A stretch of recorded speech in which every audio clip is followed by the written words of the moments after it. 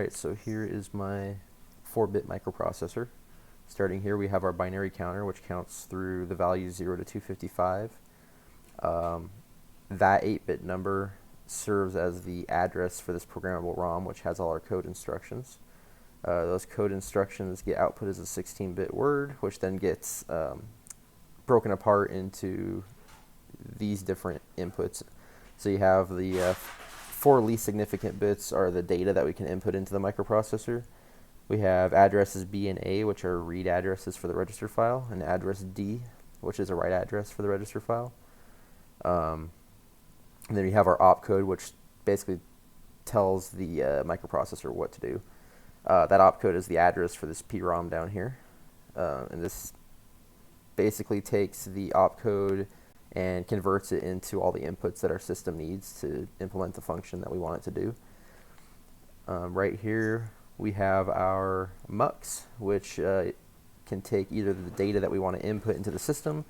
It can take whatever the output of our ALU is, or it can also take a value that's stored in register A. For our triple ported register file, we have 2 read addresses. We have address A and B, so it can read from either of those. And then we have our write address, which is address D. We have our write enable, which enables us to write a new value into a register location, and then that's connected to the clock. So right here on the outputs of ports A and B, you can see that that's connected to this ASCII display here. We're cutting off the most significant bit of the word that's being output from port A. And so anyway, that 7-bit word that we end up with is getting fed into this ASCII display, and that will allow us to display ASCII characters. And you can also see our ALU here. So this allows us to take two 4-bit inputs, A and B, and perform either exclusive OR, and add operations. And then with the addition of this sub input, we can also do hardware subtraction. If we go into the ALU here, you can see where the sub input comes in, and that goes into this add module or subcircuit. If we look at the subcircuit here, you can see how I implemented this hardware subtraction feature. Anyway, back to the microprocessor. So this output from the ALU can be fed back into this MUX. And as for my program, I have it right here. So you can see hello and then Brother Jack. This next segment here is my 3 plus 4 operation. And this next one is my 3 times 3, which I implemented doing 3 plus 3, storing that result and then adding 3 to that again. Here is my software subtraction.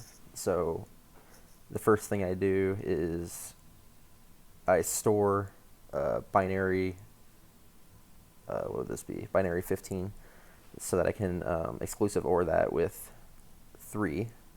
And then I add 1 to that result, and that gives us the 2's complement of 3. And then I add that to 4 and store and then display that result, which would be 1. And then for the hardware subtraction, it's a lot simpler. We can do it with 1 pass through the ALU. So our opcode is going to be F, which is 15.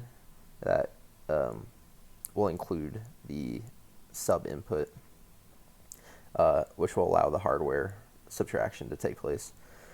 And then we store and then display that result. So I'm going to do a demo execution. The first thing I'm going to do is turn on the clock, which is going at 16 Hertz, I believe. And I'm going to turn off this input, which clears my ASCII display.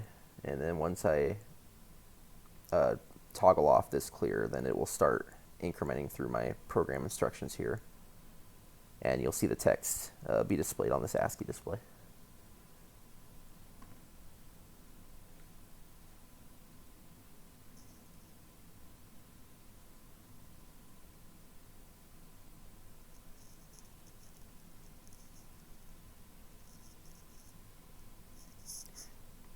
And that's it. So I can go ahead and toggle this clear, or this digital clear input, and that will clear my ASCII display. And that is an overview of my 4-bit microprocessor.